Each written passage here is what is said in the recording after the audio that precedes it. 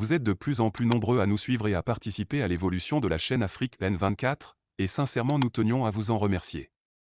Nous lisons tous vos commentaires qui enrichissent le débat et vraiment nous vous demandons de nous soutenir, en aimant les vidéos pour une large diffusion, et pour continuer à avoir une ligne éditoriale indépendante, et vous proposer de nouvelles émissions toujours de plus en plus enrichissantes. Ne restons pas passifs, soyons actifs. Merci et à bientôt. Côte d'Ivoire. La libre circulation des personnes et des biens dans l'espace CEDEAO. En Côte d'Ivoire, le Bureau ivoirien pour la promotion de l'intégration africaine, BIPIA, a récemment organisé son événement annuel intitulé Les Cafés de l'intégration, au cours duquel la libre circulation des personnes et des biens au sein de la communauté économique des États de l'Afrique de l'Ouest, CEDEAO, a été au cœur des discussions.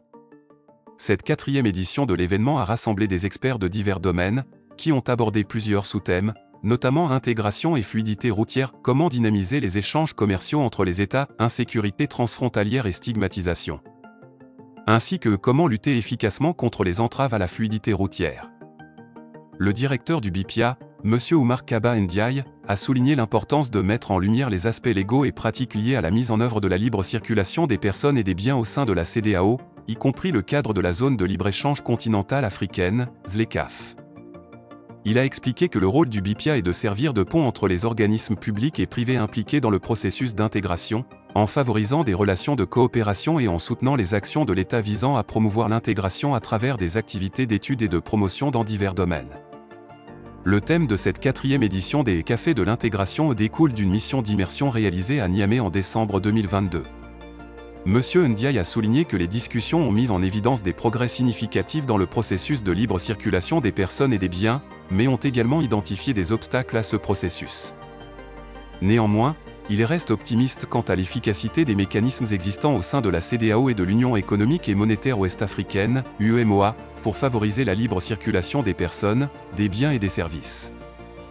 Abordant le sous-thème Comment lutter efficacement contre les entraves à la fluidité routière, M. Ibrahim Diaby, directeur général du Haut Conseil du patronat des entreprises de transport routier, a mis en avant les instruments juridiques solides de la CEDEAO. Toutefois, il a souligné que ces textes se heurtent souvent à des difficultés dans leur mise en application sur le terrain. Il a appelé les autorités étatiques à mettre en œuvre ces textes et à sensibiliser l'ensemble de la chaîne de valeur et du circuit pour garantir leur efficacité. M. Diaby a également évoqué la question de la sécurité dans la sous-région, notamment les attaques de groupes armés et les actes terroristes, qui constituent des obstacles à la libre circulation des personnes, des biens et des services.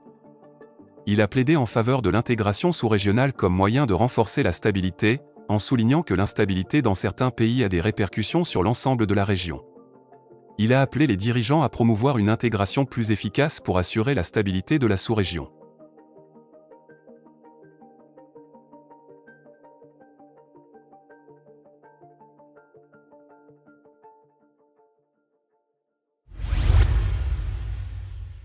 Likez la vidéo si ce n'est pas déjà fait.